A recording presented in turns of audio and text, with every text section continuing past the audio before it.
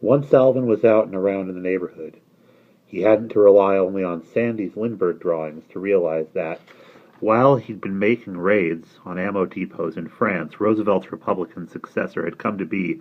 if not entirely trusted by the Jews, accepted as tolerable for the time being among those of our neighbors who had started out hating him as passionately as my father did. Walter Winchell persisted in attacking the president on his Sunday night radio show, and everybody on the block devoutly turned to him to give credence while they listened to his alarming interpretations of the president's policies. But as nothing that they feared had come to pass since the inauguration, our neighbors slowly began putting more faith in Rabbi Bengeldorf's optimistic assurances than in Winchell's dire prophecies.